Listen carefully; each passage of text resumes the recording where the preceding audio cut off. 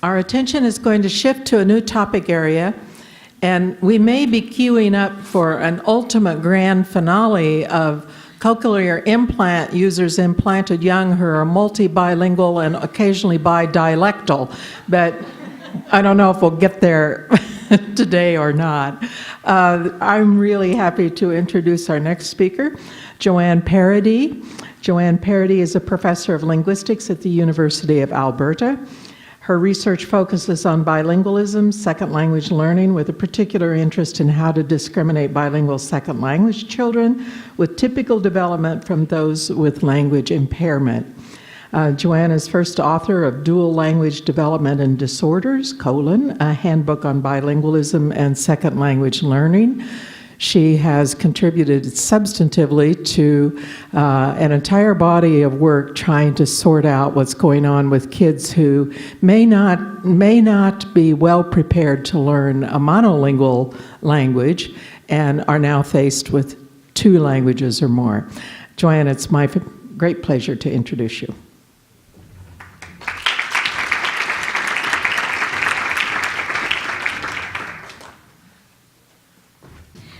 On the theme of bilingualism and variance, my title has primary and / specific language impairment.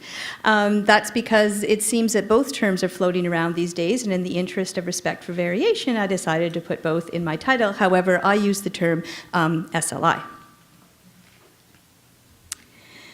Disclosures, the book that Mabel so kindly mentioned, I do receive royalties for, so I'm supposed to disclose that.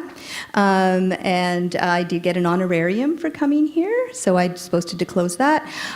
Also, though, I am going to be talking about the CHESL website, the Child English Second Language website, which has some information and resources on it for SLPs, and I receive no financial benefit from that. So I'm going to start by sort of laying out the problem space when it comes to linguistic diversity and clinical assessment, and then move on to my research.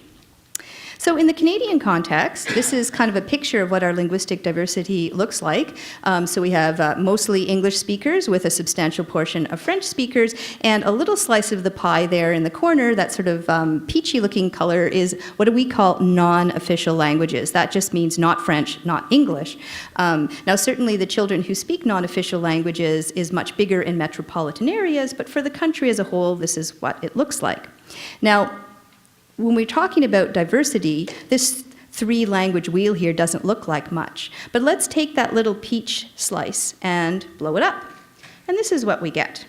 So we have in Canada well over 100 non-official languages, and the other striking factor is that no single language dominates among the non-official languages. We have, fairly big slices of people who speak Spanish, Cantonese, Punjabi, Urdu, but, it's quite a lot of diversity. Now, in the United States, of course, what comes to people's minds mostly is, well, bilingualism means Spanish, but it's not entirely the case here either. It's largely the case, but not entirely the case. So about 20% of ELL children here in the United States do not have Spanish as their first language. What I have in the bottom of this slide is a page from a very long document about language use and diversity in the United States.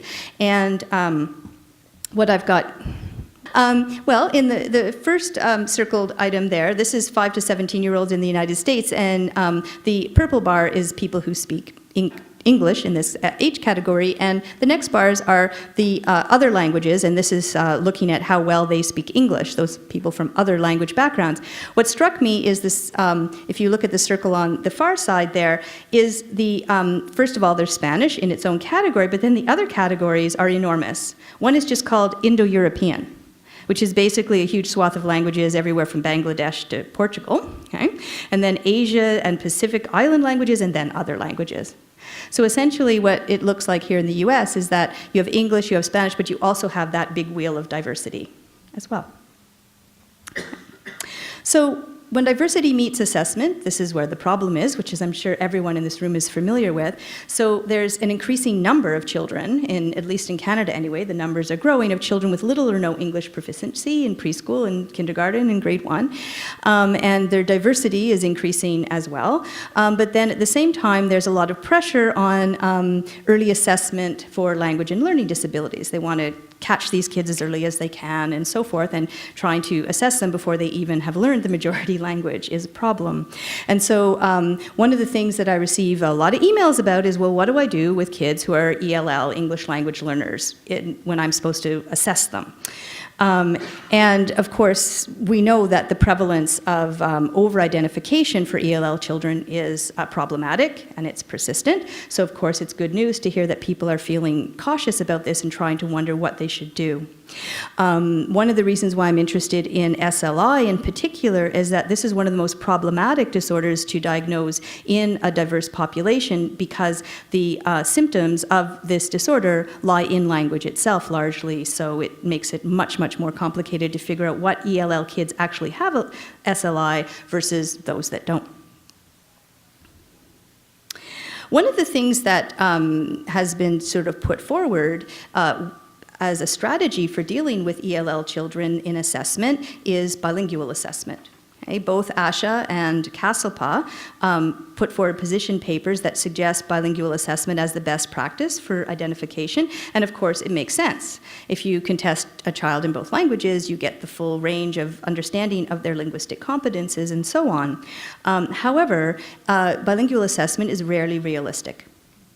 You need a bilingually trained SLP or paraprofessional personnel. You need bilingual test materials, or at least some kind of knowledge of what the child's language other than English should look like. And for many languages, there is absolutely zero information on even how typical children acquire that language. So you don't have a lot to deal with. And so even though bilingual assessment is so clearly, logically the best choice, it is so rarely achieved. In fact, as far as I'm concerned, I'm a little worried that this is often held as the gold standard when so few people can actually do it. So this raises the question, well, can you actually do an assessment and accurately identify children, ELL children, if you're just assessing them in English or mainly English? Is this possible?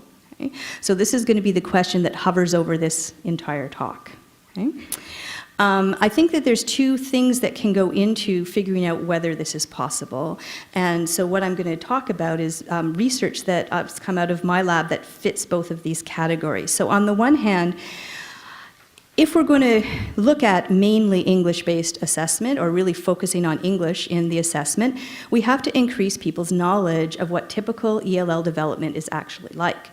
Clinicians, teachers, everyone has to have a schema in their head about what they expect these kids' language development to look like. We have to know in particular what their performance is like on standardized tests, the sort of instruments that clinicians use. And we also have to know what are the characteristics of ELL children who actually do have SLI. How do they differ from typically developing ELL children, and how do they differ from monolinguals with SLI? So that's the knowledge side of things. Another sort of stream that we've been working on in my lab is trying to develop some practical resources for assessment with ELL kids. So we've been working on a parent questionnaire on first language development. We've been working on developing ELL norms for some tests, and that second part is available on the CHESL website. So let's start with the knowledge side of things, and what I'm going to do is give some highlights, or what I hope are highlights, of the research that we've been doing in the lab for the past 10 years, looking at ELL development and in particular performance on standardized tests. So, how long does it take to become a native speaker? Most people would expect that a child who immigrates to a country at a very early age, or who is born there, is going to eventually become indistinguishable from monolingual native speakers of that language, and they're going to do it fairly rapidly. I mean, some people think they soak up language like a sponge, and after half a semester of kindergarten, they're perfectly fluently English speakers. Well, it doesn't quite work that way. And just to start off the discussion of this, I'm going to show a videotape of Cindy. And Cindy is answering a question about what she wants to be when she grows up. And you'll see her at the very beginning stages when she's starting to learn English, and you'll see her answering the same question 6 months later. So let's just hope this video works. Oh, I do need a cursor. Oop. This?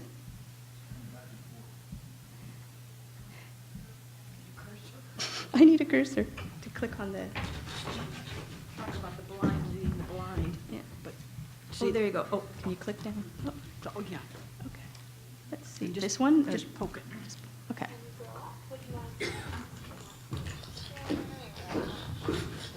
A doctor. Because I want to see someone's inside in here. because I really want to see. So what do you want to be when you grow up? A doctor. Doctor. So why do you want to be a doctor? Because I'm interested in because my grandma is a doctor, and I'm interested in your body, the things in your body. Sorry, I didn't know you weren't hearing that. That's supposed to come out over the speakers. I'm sorry. Okay. Right. So Cindy made a lot of progress. For those of you who were able to hear that, she made a lot of progress over those 6 months. She sounds even quite very English-speaking. She's lost some of her foreign accent, but she is way below age expectations on all measures of grammar and the lexicon and so forth. And this was just an illustration about how ELL kids can sound really good early on and fool us when it really takes quite a long time to become a native speaker. So how long does it really take? Well, depending on the study, it can take up between 3 and 7 years. That's a very long span for these children to catch up for oral language. And of course, there's many individual difference factors that play a role in how fast or slow they will catch up. For what their first language, their L1 is, maternal education, their language learning aptitude, the richness of their English environment, et cetera, et cetera. Another facet of their development that's important is that they have what's called profile effects. That means that they don't catch up for all linguistic domains at the same time. They catch up faster for some linguistic domains than others.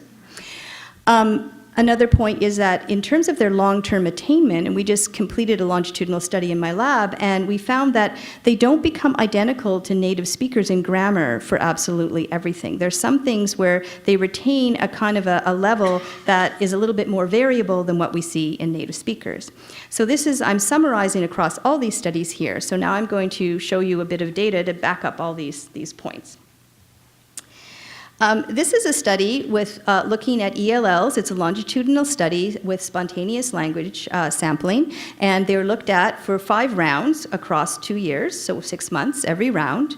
And we're looking at one thing, whether they produce third-person singular S. He walks. Okay? And we studied them from 9 months exposure to English to 35 months exposure to English. Now, what you'll see in this box plot graph is that at first, the first round, basically none of them are getting this and nothing's going on. And then the next 2 rounds, there's tons of variability. And then toward the end, we see a bit of higher scores and a bit of a plateau with still some variability. So it's a nonlinear shape. And some individuals, even at round 5, after nearly 3 years of exposure to English, are definitely below 90% correct use in spontaneous speech. So not at what is considered kind of the standard of acquisition. Now here's what happens when we look at the children divided into different first languages. So the panel on the far side there is all the children, and then in panel number 2, we have children who have first languages that are inflecting, typologically inflecting languages. So these are Arabic, Punjabi, Urdu, Hindi, and Spanish. And the ones in panel 3 have Mandarin and Cantonese as their first language. Mandarin and Cantonese do not mark tense grammatically, and they do not use verb inflections. They have morphological particles. They have morphology, but not verb inflection, and they don't have tense in their grammar. So what we see in panel 2 is the kids, first of all, round 1, not much is going on, but they really zip up to the top pretty quickly, okay, and get very good by round 3. However, the ones who speak Mandarin and Cantonese, they're the ones with this enormous variation. Even at round 5 there, huge amounts of variation. So what a kid's first language is makes a difference in how fast or slow they are in acquiring English, at least this part of the grammar. This is a study we did with vocabulary, so this is just the PPVT. What we've got plotted here are the children's mean age in months, and their PPVT age as well. And over the 5 rounds, so this was the same longitudinal study, and of course the child's actual chronological age goes up linearly, like it should. The PPVT age, however, goes up a little bit non-linearly to sort of meet age, but it doesn't quite meet it at 3 years of exposure or 34 months of exposure to English. So even for vocabulary, the kids are not quite there after 3 years.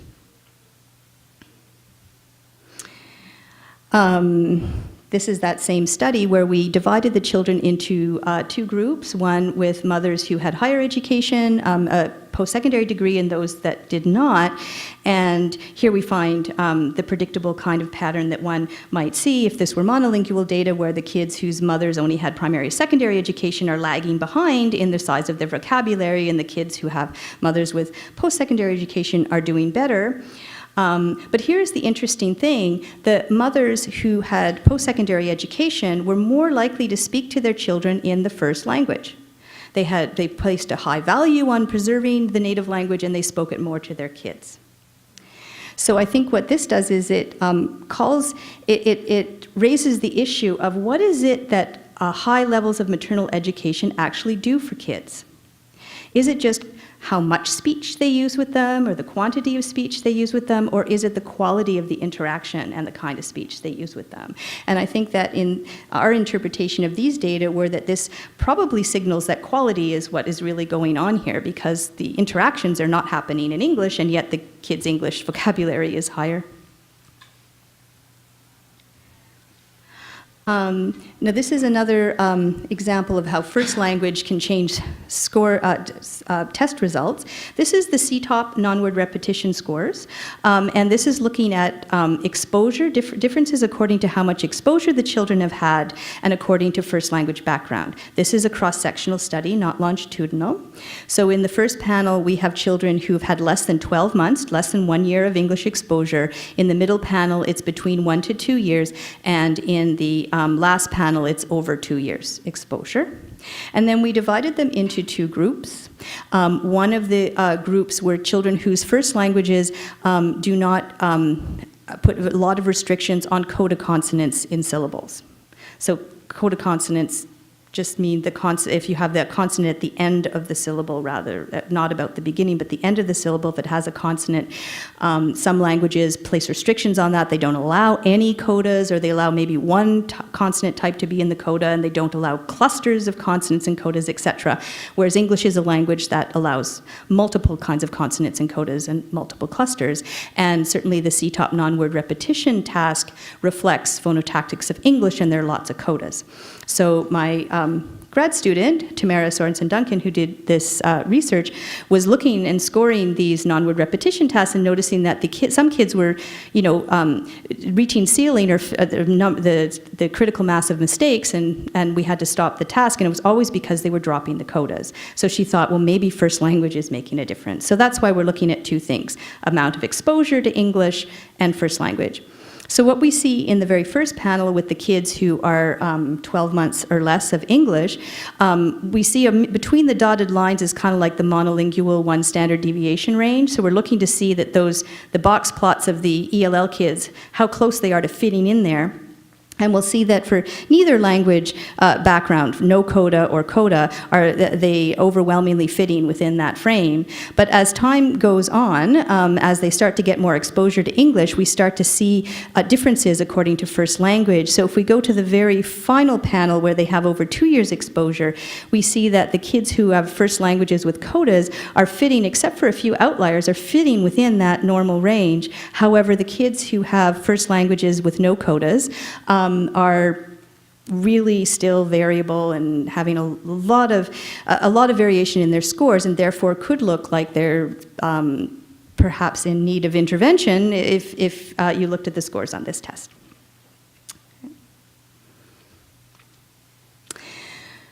So it takes a long time to learn English, and there's certain individual variation factors, like what your first language is, maternal education. There's even more of them, but I don't have time to talk about them. So I'm going to move on to the second point I made in the summary slide, which is about profile effects.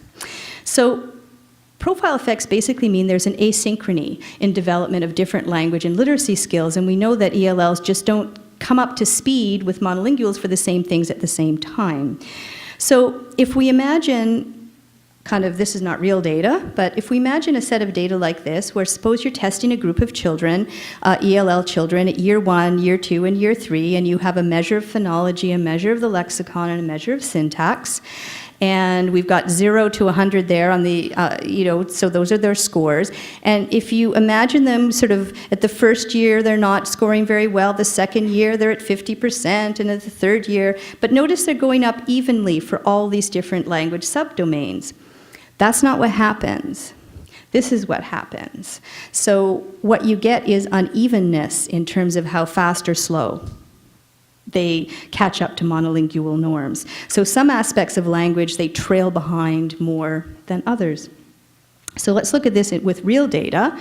And this is from the 2011 book. This was a group of children I followed longitudinally, and for 1 year, 2 years, and 3 years of exposure to English. This is the percentage of children in the sample who met monolingual norms on that test. So they just squeaked above that 1 standard deviation or higher, but they weren't exactly had to be at the monolingual mean, they just had to be within normal range. Okay? And for the TEGI, it was they met criteria score. Okay? So we had a narrative story grammar measure from the Edmonton Narrative Norms instrument. We had vocabulary size with PPVT, and grammatical morphemes was with the TEGI. And what you can see is that the bars are very uneven. So for the dark bars, which is the narrative task, by 3 years of exposure, every one of these kids was actually in the normal range for story grammar. And the PPVT was in between, but by 3 years, 80-some% of them met the monolingual normal range criteria. But for grammatical morphemes, tense morphemes, you can see that they're trailing behind. So they don't acquire everything in synchrony. And that's something to keep in mind if you're looking at some kind of test. You have to keep in mind what subdomain of language is this test measuring, because that you have to frame your expectations according to that. Now, this is a study we just finished recently, and this is a longitudinal study of ELL kids from their 4th to their 6.5 years of exposure to English in full-time schooling. Okay? And what we found, and this is results from the TEGI, so we have third-person singular, S, and we have past regular, past irregular, B, morphemes in questions, and do in questions. And we found that even at round 3, so this is 6.5 years of exposure to English, 60% of the children in this sample were below criterion on 1 or more TEGI probes. That kind of surprised us. Now, all of these children had a Chinese first language, and kids with a Chinese first language, either Mandarin or Cantonese or some other Chinese language, tend to be slower to acquire verb morphology. We found that out in our research with kids at earlier stages of English development, and this trailing behind seems to continue even at this stage. And our modeling, looking for the curve, the shape of the curve, shows that most of the kids are plateauing in their scores on this task at this age, which raises the question: well, is this the long-term outcome for bilingual kids with a certain first language background? These kids their scores are pretty high.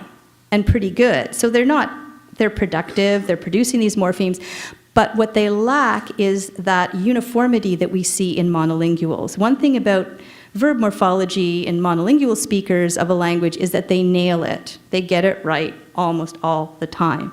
And it seems to be that what might be possible here is that in ELLs, or bilinguals in general, it might be there's a little bit of fuzziness and variability in how precise they are with this kind of morphology. And if this is truly the long-term outcome, that's another way in which one has to set one's expectations appropriately.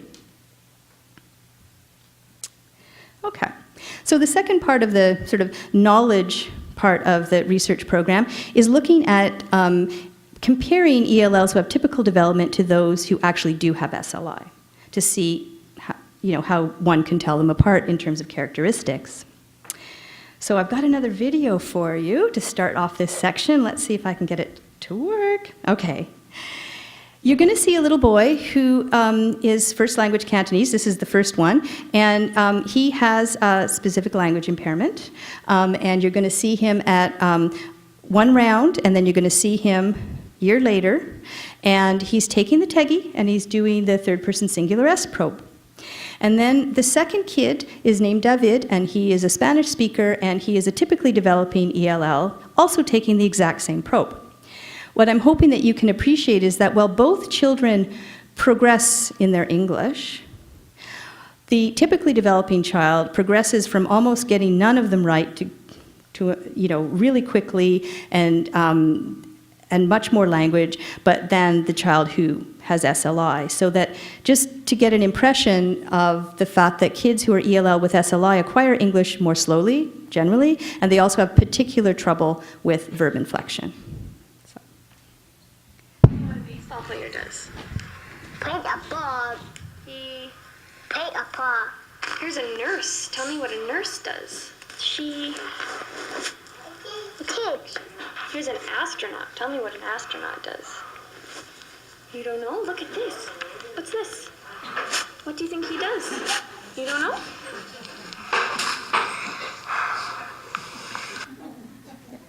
Here's a baseball player. Tell me what a baseball player does. To hit the ball to win the game. Yeah. So can you say a whole sentence for me? He hit the ball to try to win. Good. So here's a nurse. Tell me what a nurse does. To tip a bounty and tip the bounty for the people, so the people won't hurt. Yeah. So can you say a whole sentence for me? She got a bounty to not let the people hurt. Oh, here's an astronaut. Tell me what an astronaut does. Right. Put the helmet. Yeah. So can you say a whole sentence for me? He put a helmet. Here's a baseball player. Tell me what a baseball player does. He played baseball. Here's a nurse. Tell me what a nurse does. And he put a band-aid in there. Here's an astronaut. Tell me what an astronaut does. He fly as a station up, up, up, up. So here's a baseball player. Tell me what a baseball player does. The baseball player hits the ball and he hits the other baseball player's head. So here's a nurse. Tell me what a nurse does. The nurse puts a bandage on you and then you put the other bandage on her. So here's an astronaut. Tell me what an astronaut does. The astronaut goes out of Canada and then he crashes to a planet and the name is Pluto.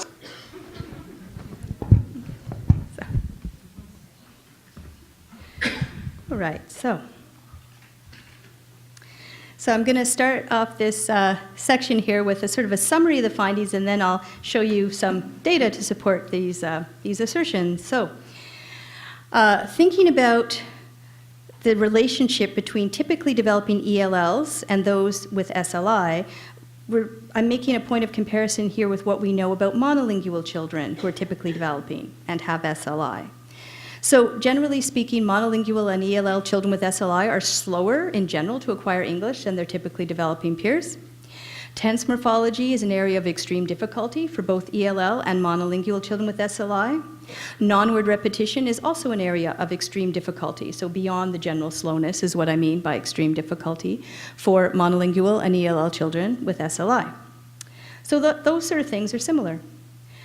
There are some little differences, though.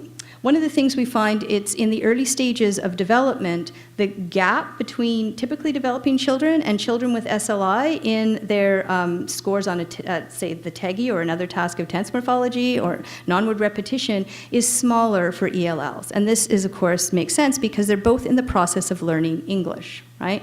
So we see the ELLs with SLI scoring lower, but we don't see these giant gaps in the scores until they've had more exposure to English. The gap widens as the kids get more exposure to English, but unfortunately, often at the time when one is assessing these kids, they haven't quite reached that optimal gap point because they've only had 1 or 2 years of exposure. Another interesting difference between ELLs, who are typically developing, and those with SLI, is that they don't acquire inflectional morphology or tense morphology, as a group, like monolinguals do, who acquire it more or less at the same time. For some reason, B morphemes seem to appeal to children, ELL children, and they acquire it, those morphemes much faster, and this is true for ones with SLI as well. So those are differences and similarities. Okay. Now, what I've got here are 2 case studies compared to group data.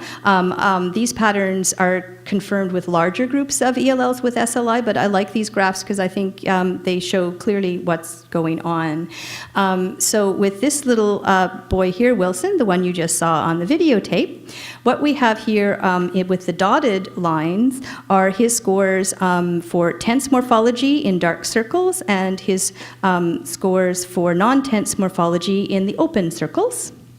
And it's being compared to group data. So we have typically developing children who also speak Cantonese as a first language, and their tense scores are in the dark squares, and their non-tense morphology are in the open squares. So non-tense morphology is a composite of their abilities with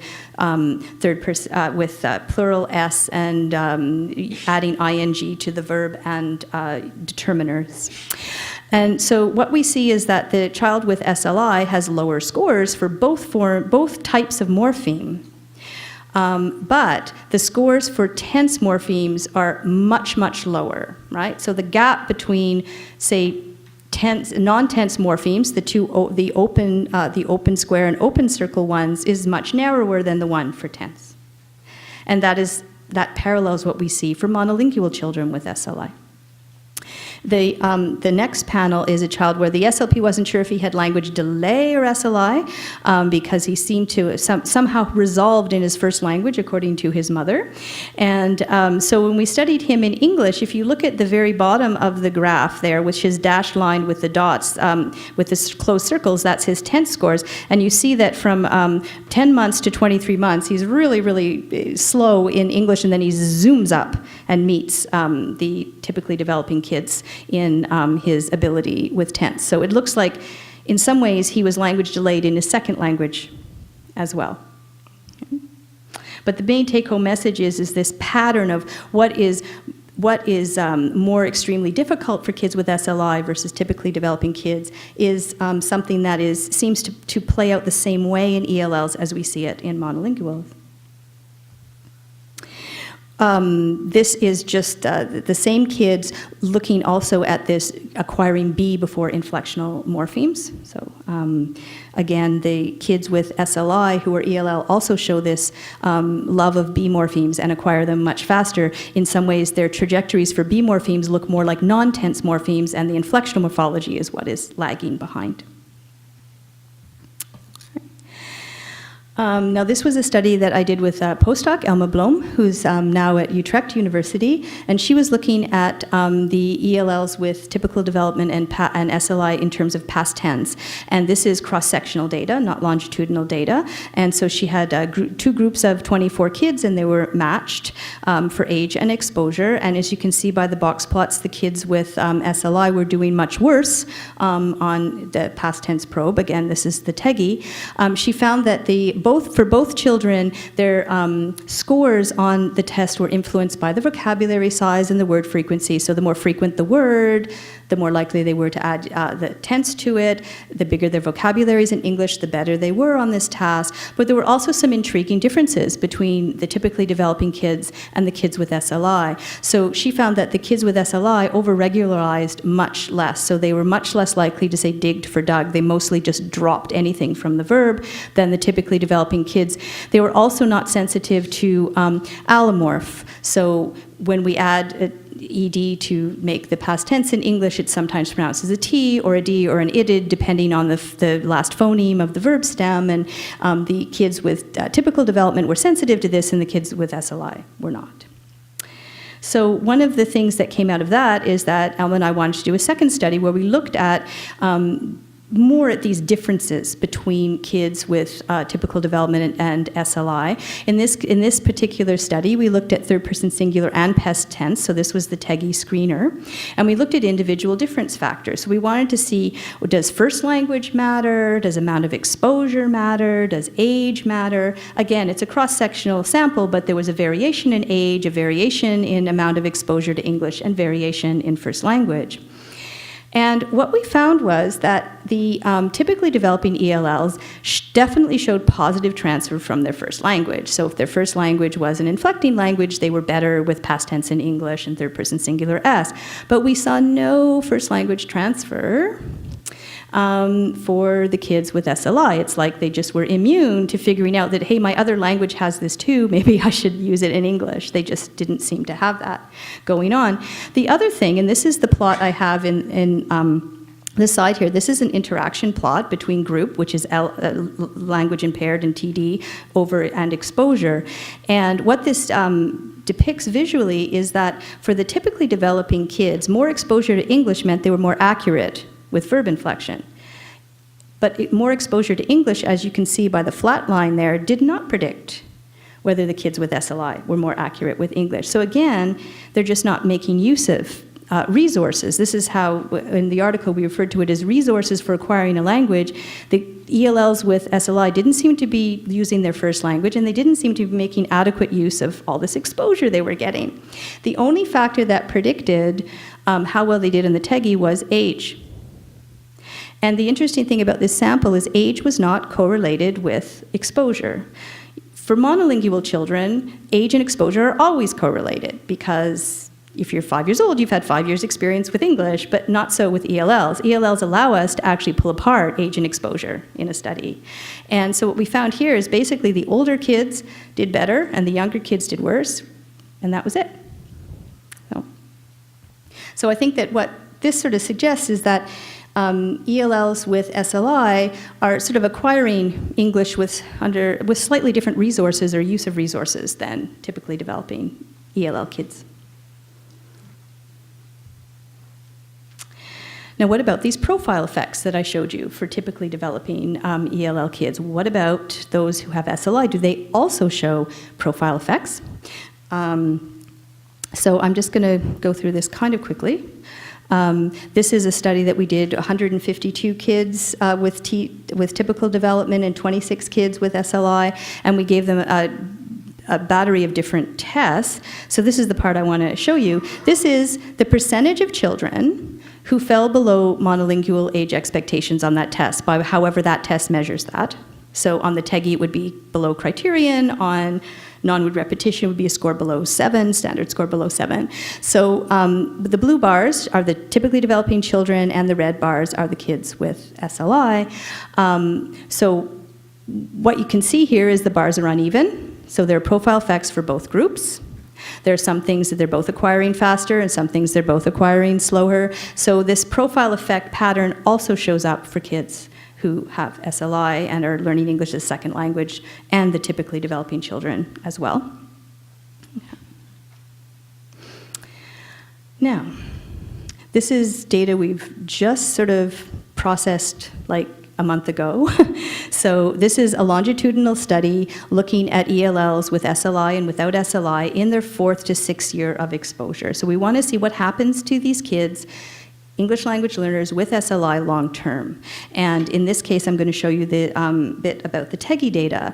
So what we found long term is that the SLI, the kids with SLI were very equivalent to the typically developing kids for their production of tense morphemes on the TEGI, except for past irregular. They were behind, and I'll show you they have a very unusual shape of curve.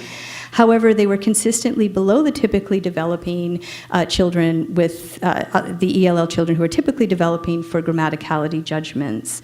Both groups showed an increase in accuracy over time, but there was more increase for the SLI. Okay. And they also showed this, they were more accurate with judging errors with B morphemes than they were judging errors with inflectional morphemes, so this precocious B, this B ahead of all the inflectional morphemes is still going on even at this late stage. And what I found intriguing about this data is that it looks a lot like data that Mabel Rice has published for monolingual kids with SLI, in the fact that these differences can persist long term between kids with SLI and typically developing kids with verb morphology. These are the graphical results. For the past irregular, there's a very strange shape to the curve. The TD kids basically show no change from round 1 to round 2, and then they show a significant change from 2 to 3. And the kids with SLI show a change from round 1 to 2, but no change from 2 to 3. I don't know whether those kids with SLI will plateau with irregular verbs or whether they're just late bloomers and they'll eventually have an uptick later. But the more interesting one is the panel on the far side, which is the judging of whether a morpheme, a tense morpheme, is omitted, where we see there's no change over time for either group, and the SLI kids are persistently lower than the kids with typical development. So these differences persist over time. Okay. Now, I don't have very much time left, and it's the end of the afternoon, so I'm going to whip through just some highlights here. Okay. This is just a few things that our lab has done to try to create resources that SLPs can use in assessment. Okay. So for this summary, I cooked up a kind of a diagram for what kind of strategies one might use. First of all, one of the first things one must do is find out how much exposure to English a child has had, especially how much in a structured program, not home exposure or overhearing the television, because there's lots of data to show that that doesn't really amount to all that much, okay? Unless they're exposed to English at home from a fluent speaker of English. You need to find out what their first language development history and current abilities in the first language are, because nobody has a language impairment in just one language. I've got a middle bar there about prioritizing some tests that are less biased versus tests that are, perhaps more biased, but I'm going to skip that because I'm not a big fan of that. I don't think you should use monolingual norms ever. And the last box is using alternatives to monolingual norm referencing is the way to go, our research shows. And by that I mean compare ELL children to other ELL children. Okay. So the Alberta Language Development Questionnaire is an instrument that we've developed that you can download from the CHESL website and use, and we've got a paper about its properties of sensitivity and specificity. Essentially what we found is that it had good specificity but not good enough sensitivity to be used alone, which is not surprising. It's just a questionnaire after all. So then we went on to thinking, well, what if we combined this first language questionnaire with some English language measures, would putting the two together and using monolingual ELL norms actually work to discriminate children with language impairment from those with typical development. Okay. These were the identification properties of this particular combination of English language tests and the first language questionnaire. So we got over 90% specificity and sensitivity using that combination. But the crucial thing is that you're comparing ELL kids to other ELL kids. Right?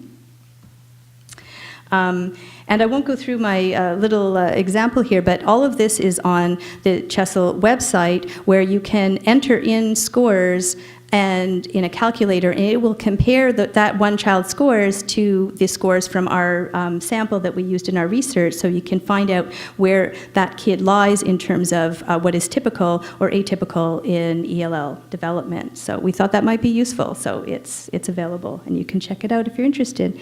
And thank you very much.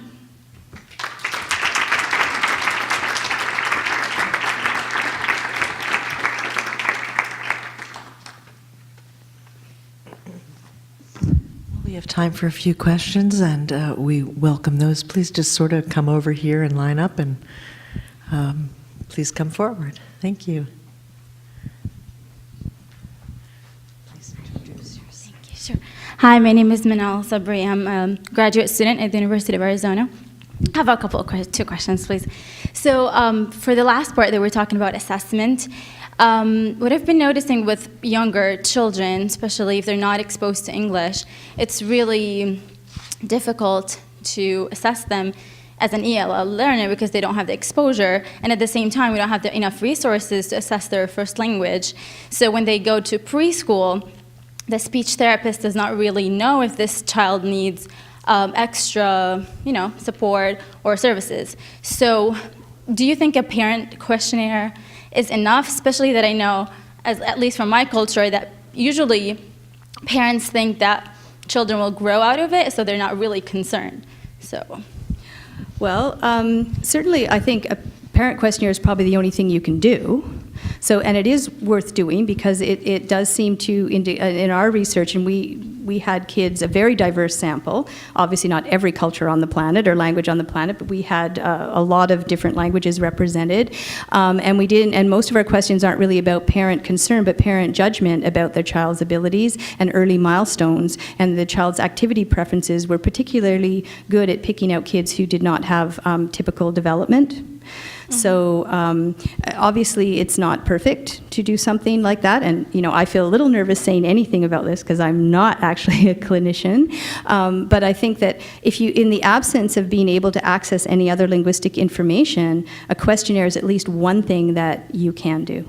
do you have any extra suggestions for what else?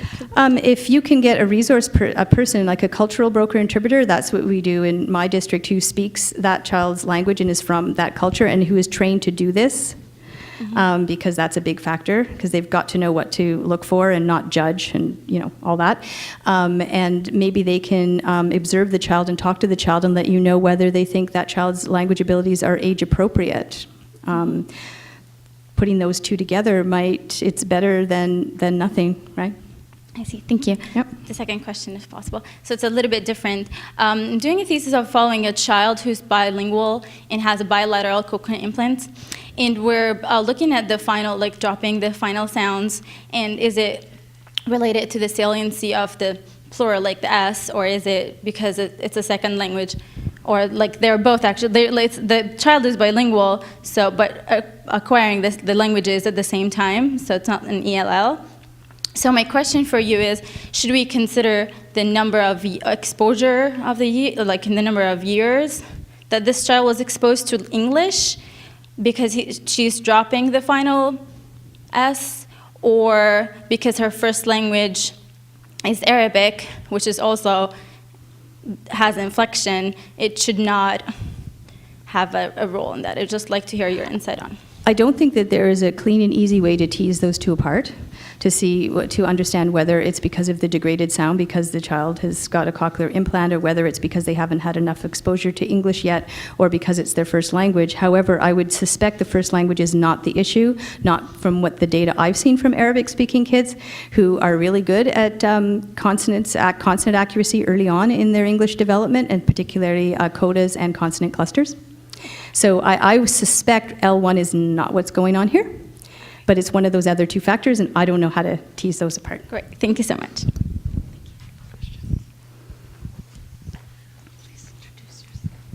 My name is Daphne. I'm from Utah State University. And I just had a question about, you were talking a lot about the time of exposure to L2 acquisition. and for English in that sense. Do you have any insight or ideas on whether the language input for L1 actually plays a role in their acquisition of L2, the second language, where I feel like sometimes families come in the home, they'll start to speak English and try to drop their L1, thinking, it would enhance the language acquisition. Right. So that's a really important question, and I'm glad you brought it up because it's so common. It's so common that immigrant families that they think that they should drop their home language and just speak English, or they get advised by a teacher or a pediatrician or an SLP to do so. There is so much evidence to show that is a really bad idea, because then these parents are speaking, if they're not fluent English speakers. If they're fluent English speakers, that's a whole other story. Most of the time, however, they're not. Most of the time, their English abilities are about beginner to intermediate level at best, and they probably will never get any better than that. And what will happen is that they won't be able to express themselves fully. They won't be able to give their children rich linguistic input. And some long-term studies have shown that conflict in families between parents and children, and intimacy and all those things when the kids are teenagers, all are influenced by language choices when the kids were younger. For example, if they keep the home language going, intimacy is increased and conflicts are decreased. So one of the things about this particular suggestion is not only is it bad to suggest that they switch only to English when the kids are really little, it has long-term cascading problems later on, because I've often, when I've met with parents and talked to them about this, I say, look, you think your English is good enough to control the life of a 4-year-old. Probably is. Do you really think it's good enough to control and interact with a 14-year-old?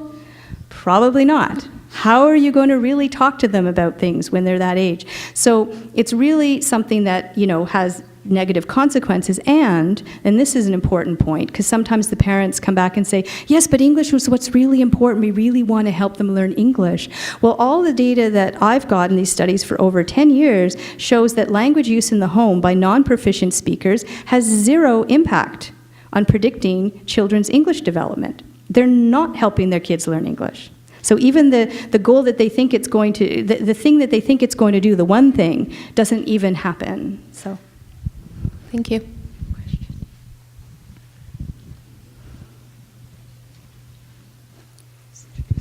Andy Revere, Louisiana State University. My question kind of builds on that one too, and it was to see if you've investigated linguistic attitudes towards the L1 or even L2. Parents, if that affected their rate of acquisition. The attitudes? Well, a couple of my graduate students have been looking into this. We haven't published anything about it, though. They found that they found that if parents valued the first language and culture, they would more often speak it in the home. But we didn't find that this had an effect on English at all. So kids who had a very rich, say, Mandarin environment at home, because Mandarin and Cantonese families tend to really value home language and culture and the heritage and all that. And but if the richness in Mandarin or Cantonese scores on any of our measures had no correlation with how good the child was in English. So I think what that speaks to is there's no trade-off going on here. So that using that home language and going to activities in the home language and everything like that did not take away from the child's English development. So I don't know if that's really about attitudes as much as it's about what practices can do. Thanks.